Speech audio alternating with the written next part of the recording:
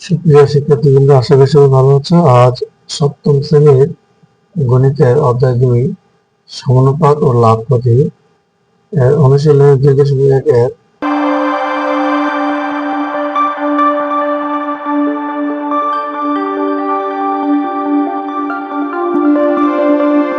এক নং প্রশ্নের সমাধান করব। দেখো, 1 নং প্রশ্নে বলা আছে নিচের রাশিগুলো দিয়ে সমানুপাত লেখো। ক 3 কেজি 5 টাকা, 6 কেজি 10 টাকা। এখন এই যে বলছে যে রাশিগুলোকে সমানুপাত লেখো, আসলে সমানুপাতটা কি? তাহলে দেখো সমানুপাতটা কি। সমানুপাত হচ্ছে চারটি রাশির প্রথম ও দ্বিতীয় রাশির অনুপাত এবং তৃতীয় ও চতুর্থ রাশির অনুপাত পরস্পর সমান হলে রাশি চারটি একটি সমানুপাত তৈরি করে। সমানুপাতের প্রত্যেক রাশিকে সমানুপাতি বলে। অর্থাৎ প্রথম চারটি রাশির মধ্যে প্রথম রাশি অনুপাত দ্বিতীয় রাশি সমান সমান তৃতীয় রাশি অনুপাত চতুর্থ রাশি। এই প্রথম ও দ্বিতীয় রাশি অনুপাত তৃতীয় ও চতুর্থ রাশি অনুপাতের সমান হলে এই চারটি রাশিকে আমরা সমানুপাত বলতে পারি। তাহলে এই যে ক নম্বরের রাশিগুলোর সমানুপাত লিখতে বলছে, দেখা যাচ্ছে ক নম্বর বলছে 3 কেজি 5 টাকা, 6 কেজি 10 টাকা।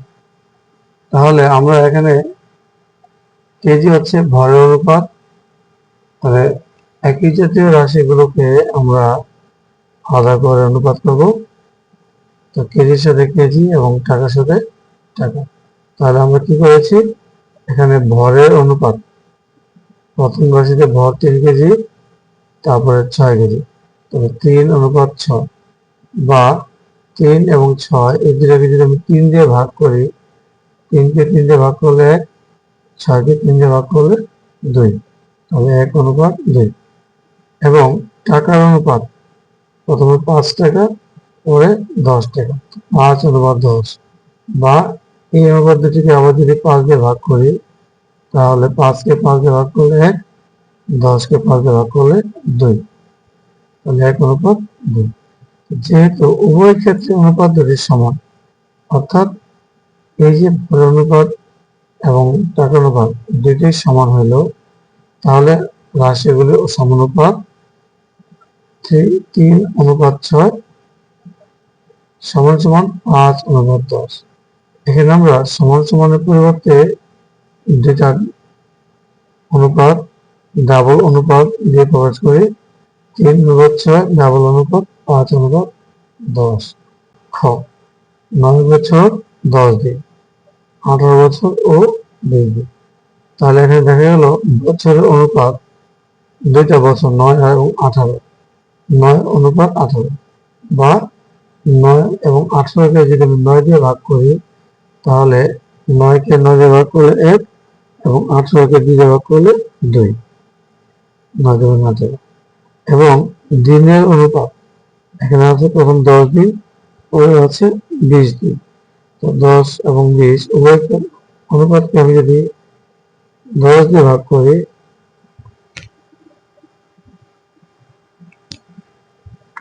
এবং দিনের অনুপাত, তো এখানে দিন আছে 10 ও 20, তো 10 ও 20 এই অনুপাতকে যদি আমি 10 দিয়ে ভাগ করি, 10 কে 10 দিয়ে ভাগ করলে এবং 20 কে 10 দিয়ে ভাগ করলে 2, তাহলে অনুপাত হচ্ছে 1 অনুপাত 2।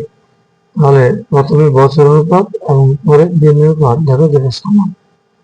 তাহলে যেহেতু উভয় ক্ষেত্রে অনুপাত দুটি সমান, সুতরাং রাশিগুলোর সমানুপাত 9 অনুপাত 18 ডাবল অনুপাত 10 অনুপাত 20। অর্থাৎ এটাকে আমরা সমান সমান চিহ্নে পড়তে পারি। গ 7 সেন্টিমিটার 15 সেকেন্ড, 28 সেন্টিমিটার ও 1 মিনিট।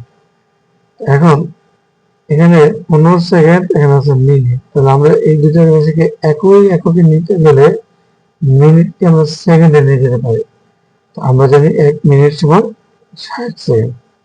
তাহলে আসো এখানে দৈর্ঘ্যের অনুপাত, এই যে 7 সেন্টিমিটার এবং 28 সেন্টিমিটার, এটা হচ্ছে কোনো দৈর্ঘ্যের অনুপাত, 7 অনুপাত 28। তো 7 ও 28 অনুপাতকে আমি 7 দিয়ে ভাগ করতে পারি। 7 কে 7 দিয়ে ভাগ করলে 28 কে 7 দিয়ে ভাগ করলে 4 হাতে 28 4। এবং সময়ের অনুপাত প্রথমে সময় 15 সেকেন্ড, এই যে 15 অনুপাত পরে 1 মিনিট, 1 মিনিট বলতে 60 সেকেন্ড। এই 15 এবং 60 কে আমি 15 দিয়ে যদি ভাগ করি তাহলে 1 অনুপাত 60 কে 15 দিয়ে ভাগ করলে 4। উভয় ক্ষেত্রে অনুপাত দুটো কি সমান, তাহলে রাশিগুলোর সমানুপাত 7 অনুপাত 28 সমান 15 অনুপাত 60।